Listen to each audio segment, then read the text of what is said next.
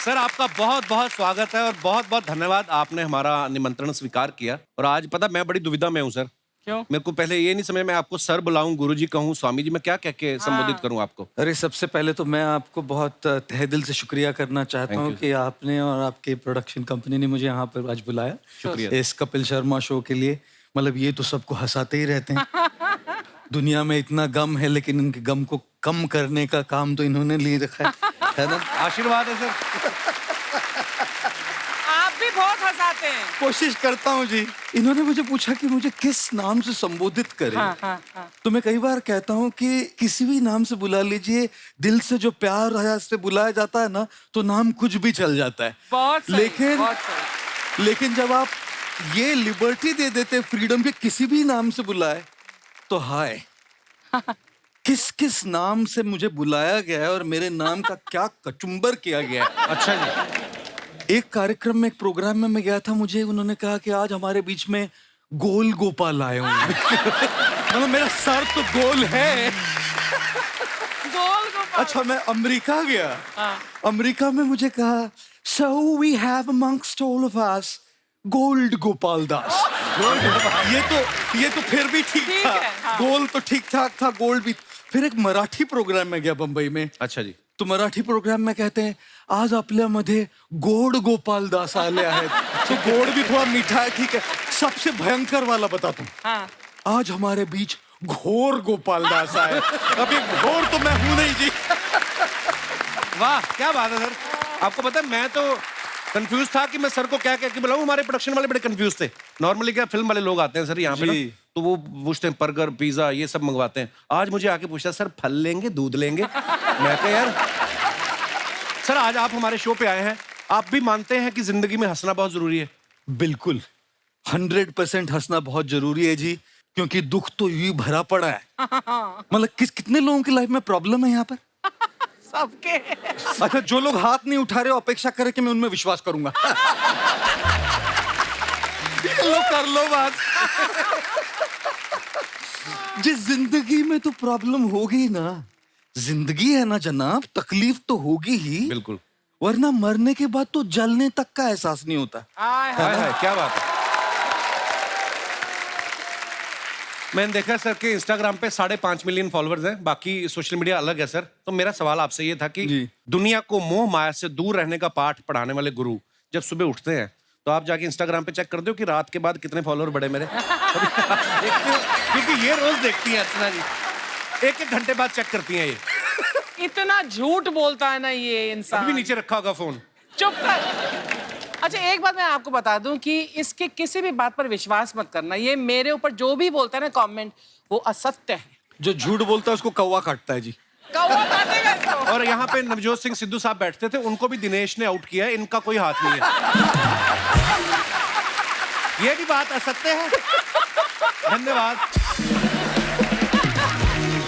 आप में से कितने लोगों ने कभी उपवास किया है, जैसे धार्मिक उपवास?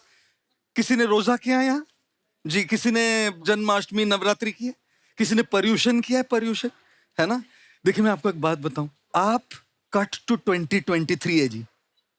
आपको अगर 2023 में उपवास करना है ना, एक दिन बिना स्मार्टफोन के, बिना इंस्टाग्राम के, Very good. बिना व्हाट्सएप क्या के, हाँ। बिना फेसबुक के, बिना लिंक्डइन के, बिना ट्विटर के, बिना स्नैपचैट के, बिना गूगल के, बिना टिंडर के, एक दिन ऐसा उपवास करके दिखाइए, खुदा नीचे उतर के आएगा, बोलेगा बस कर पगले, रुलाएगा क्या?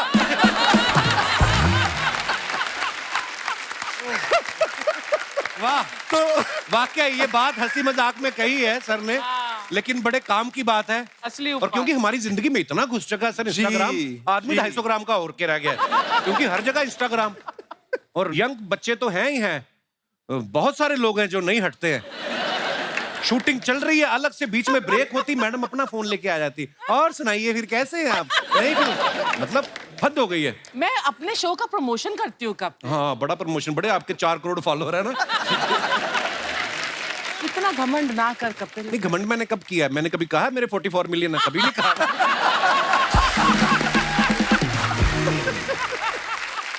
अच्छा सर का एक कोट है, when people smile it doesn't mean they are doing good, it just mean they have chosen to smile.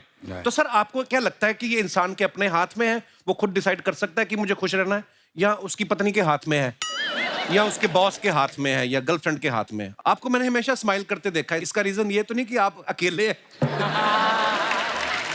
एक बार 15 अगस्त को किसी ने मुझे मैसेज भेजा, और वो वाला मैसेज जानते हैं आप, जो होता है लंबा, एक लाइन ऊपर लिखी रहती है, फिर dot dot dot dot dot dot dot dot dot dot dot dot, तो उसमें लिखा था first, scroll down and read the message, only if you are single. तो मैंने कहा मैं तो क्वालिफाई करता हूँ, तो मैं नीचे क्या, dot dot dot dot dot dot dot dot, 15 अगस्त था, नीचे लिखा हैप्पी इंडिपेंडेंस डे। अभी आपको एक बात बताऊं जी, देखिए हमारी खुशी की जिम्मेदारी अगर हम किसी और के हाथ में दे देंगे ना, तो जिंदगी भर मायूस रहेंगे। वाकई। और इसीलिए जितना हम अपनी भावनाओं का, अपने जज्बातों का कंट्रोल अपने हाथ में लेते हैं ना, उतना खुश रह पाएंगे। और फिर चाहे वो आपकी पत्नी हो, अपने बॉस हो, उनसे प्यार कर पाएंगे जैसे भी वो हो। नहीं तो बस यू रिमोट दबा रहे हैं जी लोग। दुनिया के हाथ में, दूसरों के हाथ में रिमोट कंट्रोल अपनी जज्बातों का मत दो, धीरे धीरे वो रिमोट कंट्रोल अपने हाथ में ले। अच्छा, मैंने सर का एक वीडियो देखा जिसमें ये गर्लफ्रेंड बॉयफ्रेंड की बातें कर रहे थे। और गाना भी गा रहे थे कि तुम इतना जो मुस्कुरा रही हो, क्या गम है जिसको छुपा रही हो। गुस्ताखी माफ सर, मतलब आपको ये स्टूडेंट होने का एक्सपीरियंस है, क्योंकि आप कॉलेज में इलेक्ट्रिकल इंजीनियरिंग भी कर चुके हैं, कि या कभी मोहब्बत में भी पड़े हैं कभी ऐसे, मतलब ऐसे पूछा सर। कपिल आज बहुत लिबर्टी ले रहे हैं। हमेशा लेता है। बोले हाथ में ये भोला भाला गंजा साधु आज हाथ में मिल गया, आज इनका बराबर से लिबर्टी लेके आज इनकी खूब खिंचाई करते। मैं इंजीनियरिंग कॉलेज से था, इलेक्ट्रिकल इंजीनियरिंग पढ़ी मैंने जी। और इलेक्ट्रिकल इंजीनियरिंग पढ़ने में इतना मशगूल हो गया कि प्यार मोहब्बत के लिए समय ही नहीं मिला। और जब इंजीनियरिंग की डिग्री खत्म हो गई, तब जो मैं कर रहा हूं उससे प्यार हो गया। वाह। तो ये यहां से यहां आ गया। लेकिन आज की तारीख में जो जो प्यार मोहब्बत करते हैं, जिनके दिल टूटते हैं, जो चन्ना मेरे या गाते हैं, जो ए दिल है मुश्किल गाते हैं, वो मेरे पास आते हैं रोने के लिए। जब ए दिल है मुश्किल भी सुकून नहीं देता, जब चन्ना मेरे या भी सुकून नहीं देता, तब कहाँ जाए, है ना घोर गोपाल दास जी। सर बहुत बहुत स्वागत है, आइए विराजमान हो जाइए। सर हमने ना ज्यादातर लोगों को देखा, कुछ नया करने जाते हैं ना तो इस बात से बड़ा घबराते हैं कि 4 लोग क्या कहेंगे। पहली बात तो ये 4 लोग कौन है सर, कहाँ रहते हैं ये, हमें तो दिखाई भी नहीं देते हैं, लेकिन फिर भी मन में डर क्यों बैठा रहता है सर? आप प्लीज विराजमान हो जाइए। हाँ जी, हाँ जी। ये इन लोगों से कैसे छुटकारा पाए हम? मेरी माँ मुझे बड़े साल कहती रही, तू शादी नहीं कर रहा, 4 लोग क्या कहेंगे। वो 4 लोग शादी में भी नहीं आए। वैसे काफी सारे आए, पर वो 4 लोग नहीं आए।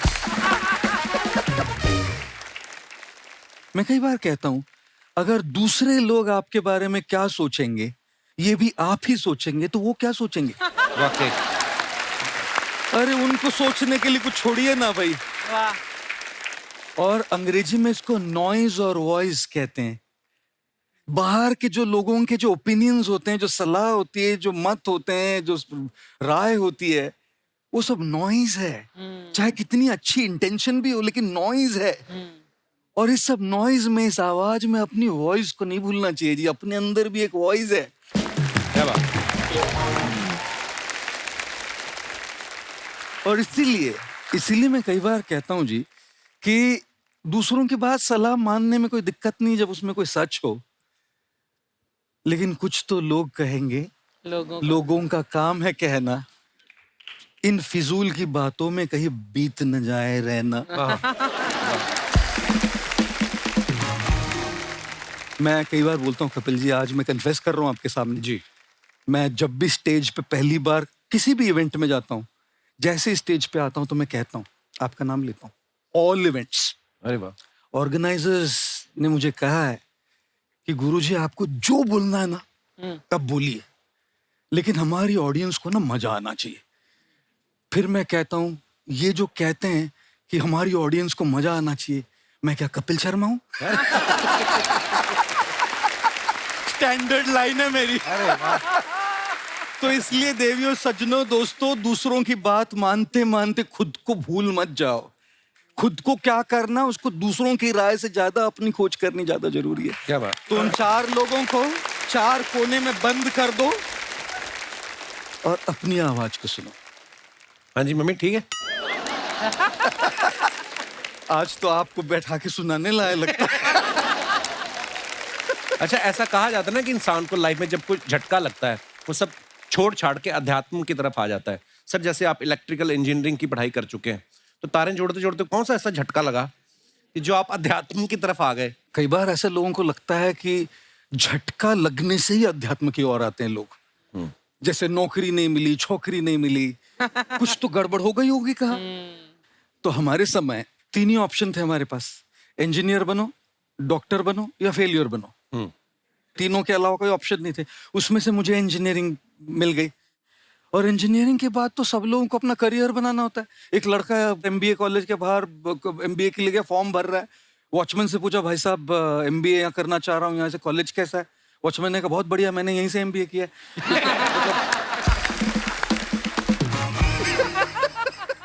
तो मेरे साथ इंजीनियरिंग करने के बाद ये नौबत तो नहीं आई। अच्छी जॉब मिली ह्यूलेट पैकर्ड में, लेकिन मैंने एक बात अपने आप को एक सवाल पूछा बस, कि मैं सबसे ज्यादा मेरा वक्त मेरे काम में जाएगा। हम अपने फैमिली के साथ कितना वक्त बिताते हैं, सवेरे थोड़ा, शाम को थोड़ा, वीकेंड पे थोड़ा। और यदि हमारे काम पे हमारा सबसे ज्यादा वक्त जाने वाला है, तो क्या उस वक्त में हम वो करेंगे जो हमको पैसा तो खूब दे रहा है लेकिन जच नहीं रहा है? तो मैं जो कर रहा था वो बहुत बढ़िया कर रहा था, लेकिन वो यहां खुशी नहीं मिल रही थी। तब फिर सोचा कि भाई ये नहीं चलेगा, अब तो निकलना पड़ेगा यहां से। रिस्क ली, और मतलब कैसी रिस्क कि आगे पीछे क्या होगा कुछ पता नहीं। कूद गया। और मैं कई बार कहता हूं, समंदर में फना होना तो किस्मत की कहानी है। दुख तो उन पे होता है जो किनारों पे मर जाते हैं। वाह। इतने घंटे बिताने हैं मुझे वहां, वो करते करते नहीं मरूंगा जो मेरी रूह तक नहीं पहुंच रहा है। इसलिए ये शिफ्ट किया। क्या बात है, दिल से निकलनी चाहिए कोई दिल भी से चीज। दिल से निकलनी पर चाहिए। हर किसी को ये लग्जरी नहीं होती गौर साहब, कि वो ऑफिस ना चूज करे, अपने दिल की माने। जी जी है जी, ना? क्योंकि दिल की बात जो चूज करते हैं ना, जैसे मैंने की, अगर यहाँ के कोई यंग नौजवान लड़के लड़कियां बैठे, वो तो उनको तो बहुत अच्छा लगेगा कि चलो ये छोड़ देते main stream career, follow your passion. लेकिन कई बार सच्चाइयां भी होती है। Yes. और सच्चाई ये होती है कि घर में ईएमआईज होते हैं, लोन्स होती है, फाइनेंशियल लायबिलिटीज होती है, कई बार बीमार लोग होते हैं जिनके खर्चे होते हैं, और उस रियल लाइफ नीड्स के लिए पैसे लगते हैं। तो मेरी उन सब के लिए एक राय है कि आप लोग ना अपना मेन स्ट्रीम करियर अभी नहीं छोड़िएगा। मैं पागल था, मैंने रिस्क ले ली। इतना ज्यादा, इतनी मोहब्बत हो गई जो मैं कर रहा था उससे कि वो रिस्क ले ली, क्योंकि मोहब्बत में आदमी रिस्क ही लेता है। इसलिए कहता हूं मैं, कह भाई, love is blind, marriage is the eye opener. Sorry jokes apart. तो मैंने वो रिस्क ले लीजिए, रिस्क लेके मैं कूद गया इसमें। लेकिन मैं किसी को एडवाइस नहीं करता कि ये रिस्क ले, रियल होना चाहिए, कैलकुलेटेड रिस्क होनी चाहिए। ये अपनी मेन स्ट्रीम से पैसे कमाए और साथ साथ में जो भी पैशन है ना, थोड़ा थोड़ा साइड में करते रहे, एज अ हॉबी। हॉबी से करते रहे। हो सकता है कि वो एक दिन इतना डेवलप हो जाए कि ये छोड़ के आप वही करिए अपना मेन करियर। ट्रू। वैसे तो कर ही सकते हैं, बैलेंस्ड अप्रोच है। पर जैसे अर्चना जी, आपने भी, अर्चना जी देहरादून से बिलोंग करती हैं जी। और उस समय, आज से 35 साल पहले या 36 साल पहले, जब आपने सोचा मुझे हीरोइन बनना है, आपने भी दिल की सुनी ना अर्चना जी? ऐसा तो नहीं है? तो अब ये मेन स्ट्रीम काम तो ये कर रही हैं, फिर जो इनका पैशन है, यहाँ से पैसे कमा के फिर ये वेगस जाती है, वहां जुआ खेलती है।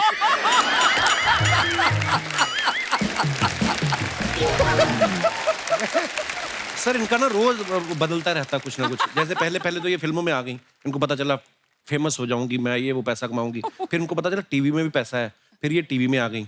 अब बीच में ये मुझे कह रही थी, कहती मुझे ना प्रवचन देने हैं। तो मैं क्या, उसके लिए आपके फॉलोअर भी होने चाहिए। कहती एक तो बन गया। मैं कहा कौन? कहती परमीत सेठी, इनके हस्बैंड है। तो वो आपके फॉलोअर नहीं, गुलाम और फॉलोअर में फर्क होता है। शुरू हो गया फिर से। अच्छा, जैसे सर आम आदमी को तो छोटी छोटी बात पे गुस्सा आता है, जी आपको कभी गुस्सा आता है? जी, मुझे ना ऐसे स्पॉटलाइट में डालते हैं हमेशा लोग कि आपको कभी डिप्रेशन होता है, आपको कभी गुस्सा आता है, आपको कभी लो लगता है, और मेरा हमेशा सवाल होता है उनसे, क्या मैं इंसान हूं? कोई भी अगर इंसान हो ना, तो इंसान के जज्बात होते हैं। मेरे हिसाब से लो लगना ये इतना ज्यादा प्रॉब्लम नहीं है, लो रहना वो ज्यादा प्रॉब्लम है।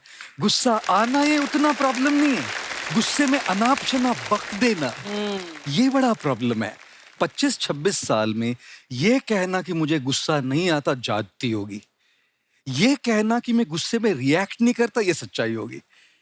मैंने अपने गुरुजी से एक बहुत बहुत बहुत वैल्यूबल एक शब्द, एक लफ्ज, एक वर्ड सीखा है। वो वर्ड है वेट। अच्छा। गुस्सा आ रहा है ना, थोड़ा सा बस रुकिए। आपको कोई नहीं कह रहा कि उसको आप कुछ मत बोलिए, अभी मत बोलिए बस, क्योंकि अभी कर देंगे ना, क्या बक देंगे, क्या बोल देंगे, क्या अनाप शनाप मुंह से निकलेगा, और फिर जाके अपने तकिए में बैठ के गिल्ट होती है, मैंने क्यों बोला ये, क्यों बोला, नहीं बोलना चाहिए था, उसको चोट पहुंच गई, वो कैसे, उसको कैसे लग रहा होगा, अभी मैं एसएमएस करूं सॉरी डार्लिंग को, मैं क्यों करूं, उसने भी तो गलती की थी ना, नहीं लेकिन बोलना चाहिए ना, मुझे ऐसा नहीं बोलना चाहिए, लेकिन मैं क्यों बोलूं, मैं तो सही था, वो तो गलत थी। इसी चक्कर में घूमता रहता है वो बेड में एसएमएस और व्हाट्सएप पे। तो ये देखिए ना हमारी इमोशंस कैसे चल रही है, anger guilt, anger guilt, anger guilt. तो ये जो गोल्डन वर्ड मैंने सीखा ना, वेट, इसने मेरी लाइफ में बहुत बड़ा जादू लाया है। तो मुझे भी गुस्सा आता है जी, लेकिन उस गुस्से को रिएक्शन में मैं थोड़ा समय देता हूँ, रुकता हूँ, और उस रुकने से बहुत सारे रिश्ते बचे हैं मेरे। क्या बात। अच्छा, इंसान जब बातें सुनता है इनकी सोचता है आज से टेंशन लेनी, लेकिन जैसे ही इनके वहां से बाहर निकलता है और देखता है जूते गायब है मेरे, फिर टेंशन में आ जाता है, कल ही नए लिए थे, है ना। तो टेंशन कैसे सर हो ही जाती है, टेंशन भी ना। जी जी, हमारे टेलीकास्ट का इशू हो जाता है कभी कभी, कभी हमारी स्क्रिप्ट रेडी नहीं होती है, कभी हमारा कुछ डिले हो गया, कुछ छोटी छोटी बातों को लेके टेंशन हो जाती है। क्या करें सर इसका? जी जी जी जी, तो टेंशन के लिए जी, रोज की स्ट्रेस के लिए जी, रोज की कुछ रीजंस होंगी। एक बात मैं हमेशा सबसे पूछता हूं कि देखिए, हमेशा अपने माइंड में 2 सेक्शन बनाइए। एक सेक्शन आपके हाथ में क्या है, कंट्रोल में क्या है, और दूसरा आपके हाथ में क्या नहीं है। अगर आपके हाथ में है तो उसकी प्रेशर और टेंशन लेनी चाहिए ना, तब तो सुलझेगा ना प्रॉब्लम। लेकिन अगर आपके हाथ में चीज नहीं है, उसकी टेंशन लेके तो आपकी सेहत खराब हो रही है, आपकी मेंटल हेल्थ खराब हो रही है, आपकी पीस खराब हो रही है, आपकी रिलेशनशिप्स खराब हो रही है। वो आपके हाथ में थी ही नहीं। देखिए, जो हमारे हाथ में नहीं होता, ओके। उसको बदलने की कोशिश करना तो बिल्कुल वैसा होता है जैसे दीवार पे जाके अपना सर पीटे, दीवार नहीं हिलेगी, सर को चोट पहुंचती है। हाँ, दीवार कब हिलेगी, जब कोई एकदम टिप्सी वाला होता है ना, वैसे वो एक बार आया मेरे पास एक, अच्छा। और पूछता है, गुरुजी आप बताइए 15 लीटर दूध पीने से ज्यादा शक्ति आती है कि 200 ml वोडका? तो मैंने कहा, भाई देख, मैंने तो कभी शराब पी नहीं है और न मैं पीता हूं, तो मैं तो दूध से जाऊंगा। 15 लीटर दूध में ज्यादा शक्ति है। बोला गलत गुरुजी। मैंने कहा कैसे? बोला 15 लीटर दूध पीजिएगा और जाइए और दीवार को लात मारी, सर से मारी, दीवार हिलेगी नहीं? हिलेगी। अब 200 ml बिना सोडा के वोडका पीजिए, उधर ही खड़े रही, दीवार अपने आप हिलने लगी।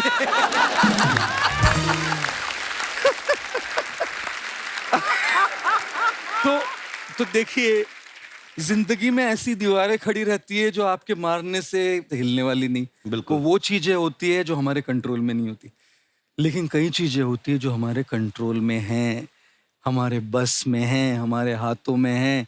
जो चीज हमारे हाथ में नहीं, उसको हमारे मन से भी निकाल देना चाहिए, और जो चीज हमारे हाथ में है, उसको हमारा मन का पूरा फोकस करके उसको बदलने की कोशिश करनी चाहिए।